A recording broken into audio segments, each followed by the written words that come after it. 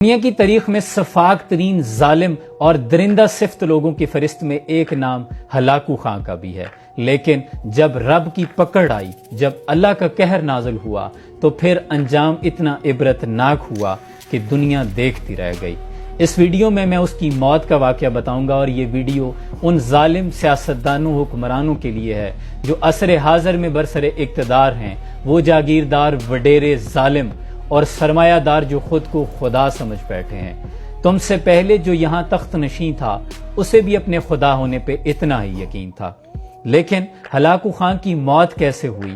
وہ اتنا درندہ صفت شخص تھا کہ اگر کسی بستی سے گزر جاتا تو پیچھے بستیاں اجاڑ دیا کرتا، خون کی ندیاں بہا دی جاتی، نہ جانے کتنے لاکھوں لوگوں کے سر تن سے جدا کر دیے، کتنے مسلمانوں کا اس نے خون بہایا۔ لیکن ایک دن وہ بھی آیا کہ رب کی پکڑ نازل ہوئی۔ ایک دن اس کے سامنے مسلمان قیدیوں کی 3 صفیں تھیں، اور وہ اپنے گھوڑے پر لشکر کے سامنے سوار تھا۔ تتاری افواج کی لشکر کی صفیں اس کے ارد گرد تھیں۔ جلاد کو اس نے حکم دیا کہ ان کے سر اتارنے شروع کرو۔ جلاد نے تلوار چلانی شروع کی تو آن کی آن میں گردنیں کٹ کر زمین پر گرنے لگی، خون کے پھوارے ابھر ابھر کر زمین پہ آ رہے تھے، اور ہلاکو خان یہ منظر دیکھ کر لطف اندوز ہو رہا تھا، خوش ہو رہا تھا۔ اس نے کیا دیکھا کہ جلاد جب سر اتارتا ہوا آگے بڑھ رہا ہے تو پہلی صف کے آخر میں ایک بوڑھا شخص تھا جو اپنے خاندان کا واحد کفیل تھا۔ اس نے جب دیکھا جلاد اس کے قریب آیا تو دوڑ کر پچھلی صف میں چلا گیا۔ ہلاکو خان کی نظریں اس بوڑھے شخص پر لگ گئی کہ بھلا اسے آج موت سے کون بچا سکتا ہے۔ جلاد نے دوسری صف کے سر اتارنے شروع کیے۔ پہلا شخص، دوسرا شخص، تیسرا شخص جب قریب پہنچنے لگا، بوڑھا شخص تیسری صف میں بھاگ گیا کہ شاید میں بچ جاؤں۔ دوسری صف بھی ختم ہوئی۔ ہلاکو خان یہ منظر دیکھ رہا تھا، اس کی نظریں اس بوڑھے شخص پر تھی۔ جلاد نے جب تیسری صف کی بھی گردنیں اتارنی شروع کی تو آخری شخص جب اس بوڑھے کے قریب پہنچا تو ہلاکو خان نے زوردار آواز میں کہا کہ رک جاؤ، مجھے اس سے بات کرنی ہے۔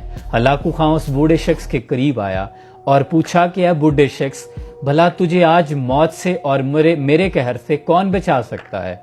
تو بوڑھے شخص نے آسمان کی طرف دیکھا اور ٹھنڈی آہ بھری، کہا میں پہلی صف کو چھوڑ کر دوسری میں اس لیے آیا شاید موت سے بچ جاؤں، پھر میں تیسری میں اس لیے آیا کہ شاید موت سے بچ جاؤں، لیکن موت میرے سر پہ کھڑی ہے، لیکن میرا رب چاہے تو مجھے تمہارے قہر سے بچا سکتا ہے۔ ہلاکو خان نے ایک کہا لگایا کہ بھلا کون سا رب ہے جو آج تمہیں مجھ سے بچائے گا؟ ہلاکو خان نے جب زوردار کہا لگایا تو اس کے ہاتھ میں ایک گرز تھا جس کے ساتھ وہ کھیل رہا تھا، اچھال کر بات بھی کر رہا تھا، اس گرز کو اچھال بھی رہا تھا، مسکرا رہا تھا۔ جب اس نے کہا لگایا تو وہ گرز، وہ ڈنڈا نما اس کے ہاتھ سے زمین پہ گرنے لگا۔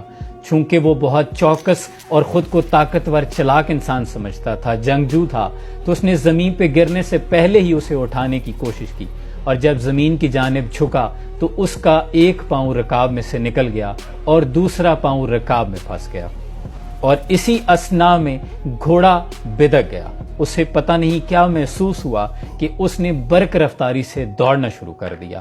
حالانکہ ارد گرد اس کی افواج کے لشکر تھے، لیکن جانور ہے اس قدر بدک گیا کہ اس نے برق رفتاری سے پتھروں میں اس میدان میں دوڑنا شروع کر دیا۔ ہلاکو خان کا سر زمین پہ پتھروں سے رگڑتے ہوئے، ٹکراتے ہوئے جا رہا تھا، خون اس کی آنکھوں سے، اس کے سر سے بہنا شروع ہو گیا۔ یہ وقت کس کی رونت پہ خاک ڈال گیا؟ یہ کون بول رہا تھا خدا کے لہجے میں؟ ایک لمحے پہلے کیا منظر تھا، لیکن اب منظر تبدیل ہو چکا تھا۔ لوگوں نے، اس کی افواج کے لوگوں نے اس گھوڑے کو پکڑنے کی بڑی کوشش کی، لیکن وہ اتنی برق رفتاری سے گیا کہ جب وہ رکا، جب انہوں نے پکڑا تو ہلاکو خان کا سر کچل دیا گیا تھا، پتھروں پہ لگ لگ کے اس کی موت واقع ہو گئی تھی۔ اس بوڑھے شخص کا خوف اس تاتاری فوج کے لشکر کے دلوں میں ایسا بیٹھا کہ انہوں نے اس بوڑھے شخص کو نظر انداز کر دیا، اور وہ چلتا ہوا اپنے گھر کی طرف نکل گیا۔ دیکھیں، اللہ کی پکڑ جب آتی ہے تو بڑے بڑے ظالم متکبر لوگوں کو خاک میں ملا دیتی ہے۔ صبح کے تخت نشین شام کو مجرم ٹھہرے، ہم نے پل بھر میں نصیبوں کو بدلتے دیکھا ہے۔ اگر آج کے دور حاضر کے یہ سیاستدان ظالم حکمران سمجھتے ہیں کہ ہم غریب کی آس سے بچ جائیں گے تو یہ خام خیالی کے سوا کچھ نہیں، کیونکہ نبی کریم صلی اللہ علیہ وسلم نے فرمایا کہ غریب کی، مظلوم کی ہاں جب نکلتی ہے تو اس آہ کے اور اللہ کے درمیان کوئی پردہ بھی حائل نہیں ہوتا۔ اس وقت سیلاب سے متاثرہ بہت سے لوگوں کی ایسی دل خراش ویڈیوز دیکھنے کو ملی کہ آنکھوں سے آنسو جاری ہو گئے۔ تو کیا یہ سمجھتے ہیں کہ یہ بچ جائیں گے؟ اگر حضرت عمر فرما رہے ہیں کہ دجلہ کے کنارے کتا بھی بھوکا مرا، تو عمر تجھ سے پوچھا جائے گا، تو کیا ان سے نہیں پوچھا جائے گا؟ اللہ کریم جن کے نصیبوں میں ہدایت ہے انہیں ہدایت عطا کرے اور باقیوں کو خاکستر کر دے۔ سلام پہنچے۔